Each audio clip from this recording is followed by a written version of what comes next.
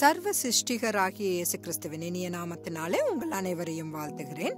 இன்று ஜீவ விருட்சத்தை குறித்தும் மரணத்தின் விருட்சத்தை குறித்தும் நாம் தியானிக்கலாம். கர்த்தர் ஏதேன் தோட்டத்தை உருவாக்கிய போது அதில் நன்மை தீமை அறியத்தக்க விருட்சத்தையும் வைத்தார். இது மரணத்தின் விருட்சம் என்றும் அழைக்கப்படுகிறது. ஆனால் ஜீவ விருட்சமோ தீமை ஏதும் இல்லாத நன்மை மட்டுமே உள்ள மரமாக இருந்தது. இயேசு கிறிஸ்து எப்போதும் ஜீவ விருட்சமாகவே இருந்து வருகிறார். மேலும் மனிதன் கல்வாரி மரத்தில் இயேசு கிறிஸ்துவினால் முடிக்கப்பட்ட கிரியையை பார்ப்பதன் மூலம் அவன் நீதிமானாக்கப்பட்டு நித்திய வாழ்க்கையை சுதந்தரித்துக் கொள்ளலாம்.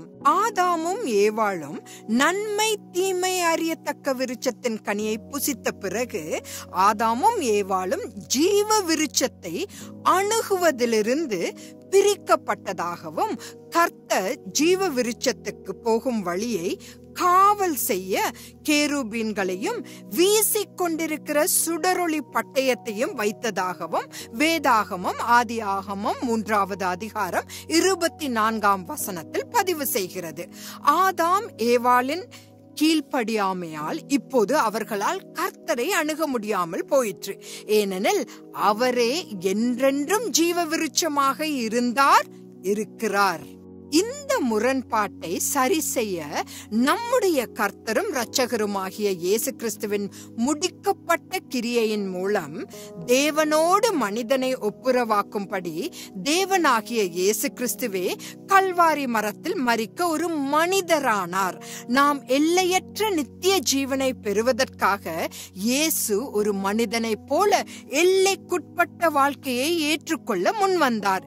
இன்று வரை எந்த மனிதனும் தானாக கர்த்தரிடம் வர முடியாது. ஆனால் சிலுவையில் இயேசு கிறிஸ்துவினால் முடிக்கப்பட்ட வேலையின் மூலம் மட்டுமே வர முடியும். ஆகவே கீழ்ப்படியாமையின் செயல் மூலம், அதாவது நன்மை தீமை அறியத்தக்க விருட்சத்தின் கனியை புசித்ததன் மூலம் மனிதன் ஜீவ விருட்சத்தின் கனியை புசிக்க முடியாமல் தானே தடுத்து கொள்ள முடியும்.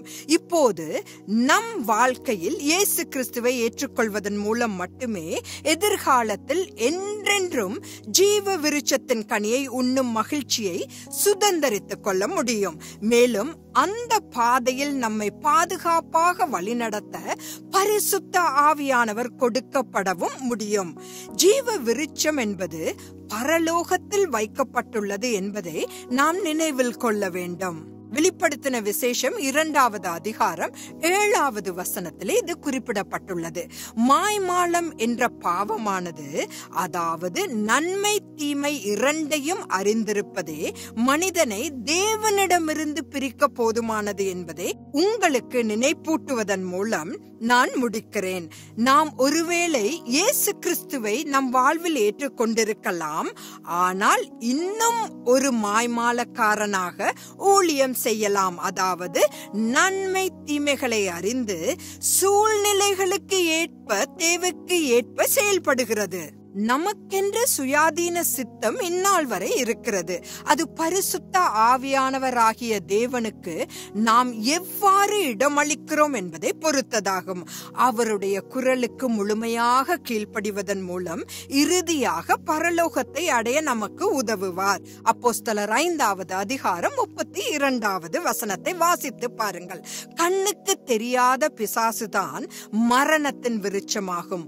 பூமியில் கிறிஸ்துவின் 1000 வருட ஆட்சி மற்றும் சாத்தானின் இறுதி கிளர்ச்சிக்கு பிறகுதான் கள்ளத்தீர்க்கதரிசி மற்றும் அந்தி கிறிஸ்து இருக்கும் அக்கினி கடலில் சாத்தான் எரியப்படுவான். நீங்கள் இதை நன்கு புரிந்து கொள்ள வேண்டும் என்றால் வெளிப்படுத்தின விசேஷம் 20வது அதிகாரம் 7லிருந்து 10வது வசனம் வரை நீங்கள் படித்து பார்க்கலாம். வெளிப்படுத்தல் 20இல் தான் சாத்தானின் பொய்யான திருத்துவம் அளிக்கப்படுகிறது. இந்த மோசமான உலகில் இயேசு கிறிஸ்து மட்டுமே நன்மையின் ஒரே ஆதாரமாக இருக்கிறார். நீங்கள் பரலோகத்தை அடைய விரும்பினால் எப்போதும் அவருக்கு கீழ்ப்படிய தேர்ந்தெடுங்கள். இன்று இதை பற்றி நாம் சிந்திப்போம். தேவ சித்தமானால் மறுபடியும் நாளை நாம் சந்திக்கலாம். தேவன் உங்களோடு கூட இருப்பாராக.